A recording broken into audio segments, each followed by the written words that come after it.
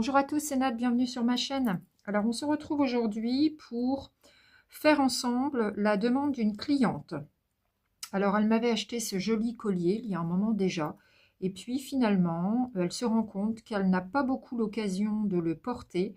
Par contre elle aime beaucoup les perles qui sont en aqua aura et en œil de tigre bleu. Peut-être que c'est le cœur qui la gêne un peu. Voilà, c'est un cœur qui est assez gros, vous voyez, qui s'ouvre. C'est très joli. Voilà, dedans on peut mettre un petit trésor, on peut mettre un petit morceau de feutrine imbibé d'huile essentielle par exemple. Bon, elle ne supporte pas les huiles essentielles, donc on va pas insister. Elle voudrait que je le transforme en bracelet. Eh bien écoutez, je vous propose qu'on le fasse ensemble aujourd'hui. Donc on va commencer par le démonter. Alors, c'était monté sur un fil de nylon, donc on coupe. Oups, voilà, je m'en doutais. Ça a sauté dans tous les sens. Je voulais le garder dans l'ordre, donc c'est pas grave. On va garder l'ordre de l'autre côté. Voilà. Approximativement. C'était 2 d'Aqua Aura, 2 d'œil de tigre. Voilà. Je vais peut-être plutôt installer, bon c'est pas grave pour l'ordre, parce que je vais l'installer sur un tapis de feutrine. Ce sera plus stable. Alors voilà, à tout remettre. Hop. Ça évite que ça glisse dans tous les sens.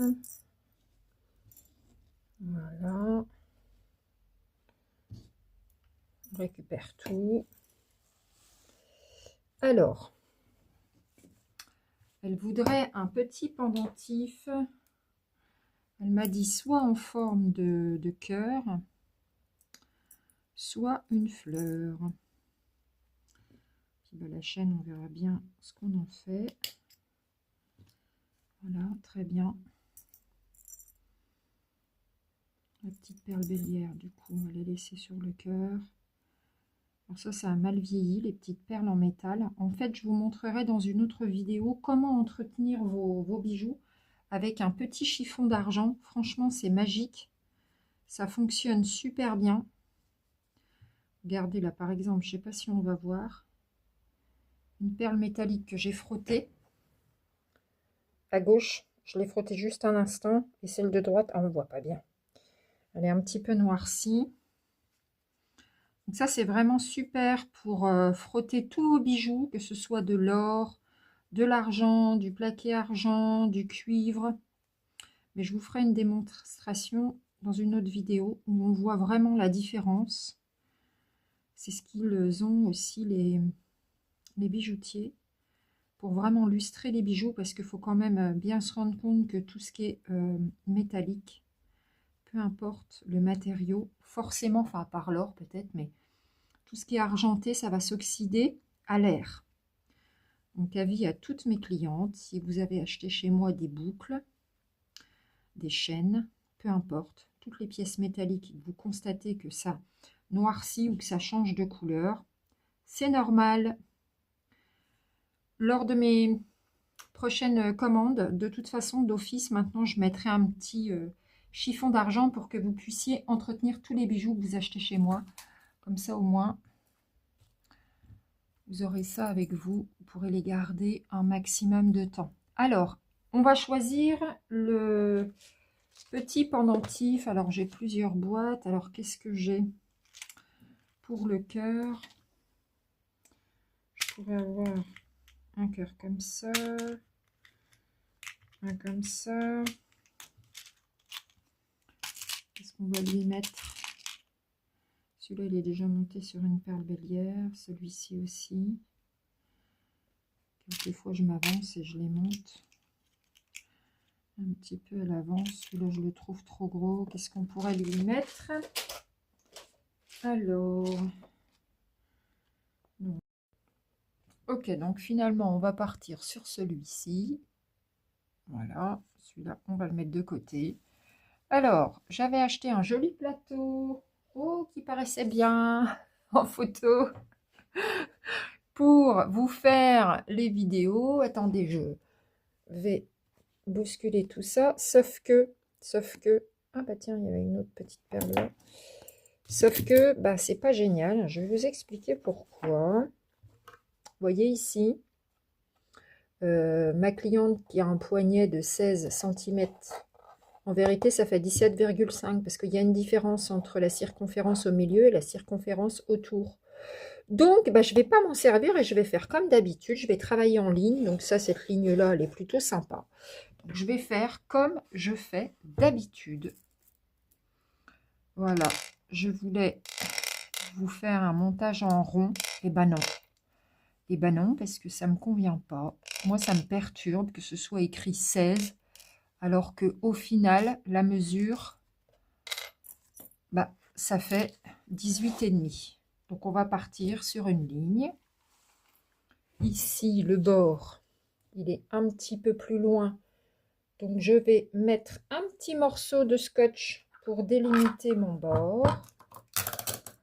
Voilà. Alors, voilà, pour faire comme une cale, en fait. Hein. Voilà, comme ça, la perle, elle vient se caler sur le 0. Vous voyez, c'est pas tout à fait sur le bord. Voilà. Et donc, comme on veut un bracelet qui fait 16, on va se mettre un bord à 16. Voilà, c'est quand même bien plus pratique. Vous voyez, comme ça la perle va venir se caler sur le scotch. Voilà, donc on va pouvoir faire notre montage comme ça. Alors là, vous êtes centré. Eh ben allez, c'est parti. Donc on met d'abord la bélière. Moi, j'aime beaucoup travailler en ligne. J'ai toujours fait comme ça. Ça fait 3 ans que je fais des bracelets. J'aime bien travailler en ligne. Et puis, je vais travailler en symétrie. Alors, on va partir. Alors, je ne sais pas si vous allez vous rendre compte de ce que ça donne. En général, les clientes, elles aiment mieux en rond. Mais voilà.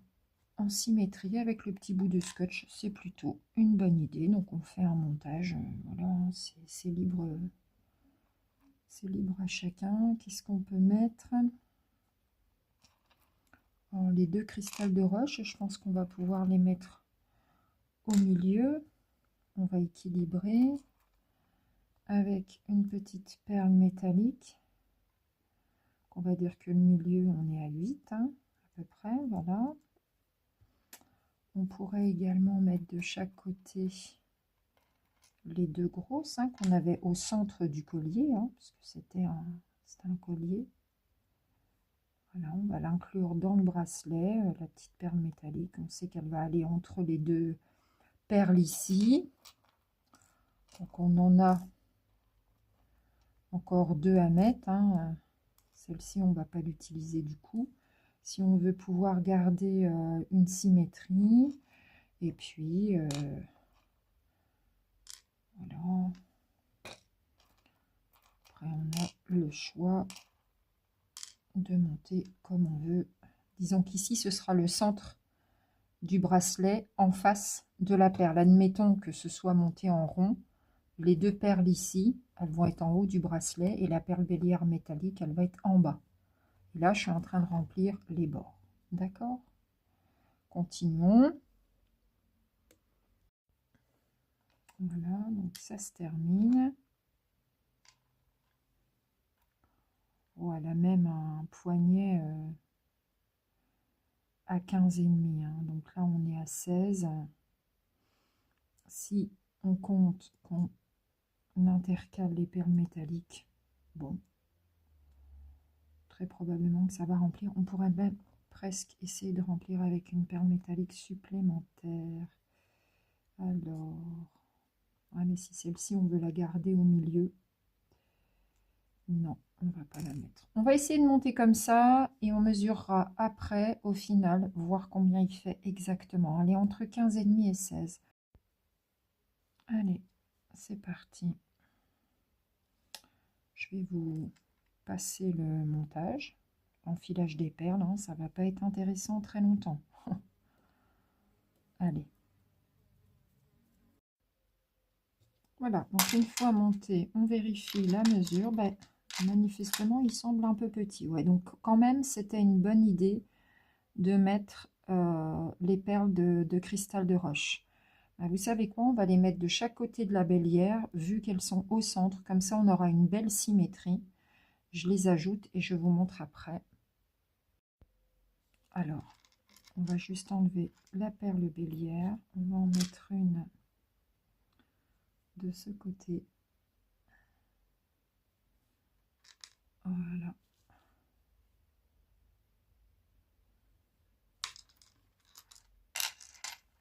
Voilà.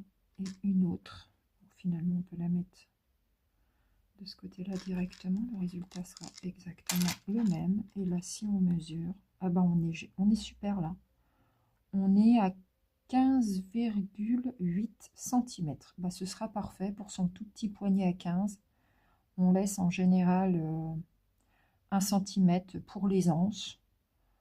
Donc on est bon. On va pouvoir le fermer. Alors, je travaille toujours avec du 0,7 mm. Donc c'est un bon fil de bonne qualité qui est solide, qui ne casse pas. Et vous voyez au final, ça va donner ça. Vous voyez comme ça va être joli avec la symétrie. 2 perles de cristal de roche en bas. Je vais zoomer. Et 2 perles en haut. L'autre côté. Voilà, le nœud, il faut qu'il soit entre la perle de cristal de roche et la perle bélière qui va servir à cacher le nœud. Donc on recommence. Voilà, on change de main dans un sens. Comme ça vient superposer les nœuds. On tourne toujours le fil dans le même sens. Donc du coup, on change de main. Voilà. Les nœuds de vache, après ça coule trop. Hop. Très bien, donc là on a quand même fait au moins 5 ou 6 nœuds. Vous voyez, non, je ne sais pas si on voit. Donc là, il faut mettre une pointe de colle, laisser sécher, et puis on fera coulisser le nœud dans la perle bélière. Donc, je prends tout simplement une colle UU qui est suffisamment forte. Alors, on met juste une petite pointe. Je le fais en 2 temps. Je vais attendre que ça sèche.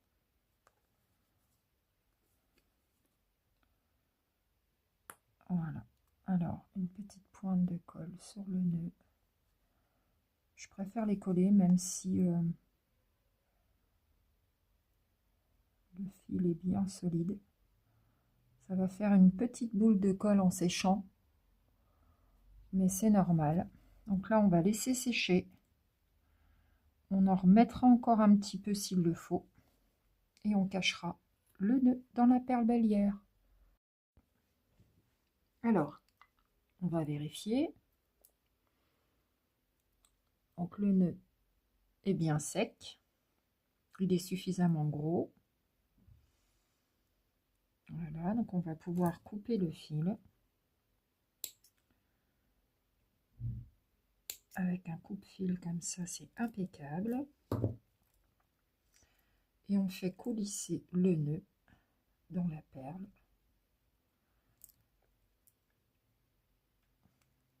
Voilà. Je peux même le couper un petit peu plus court. Il n'y aura pas de problème, il ne va pas être vu. Voilà. Et voilà, c'est terminé.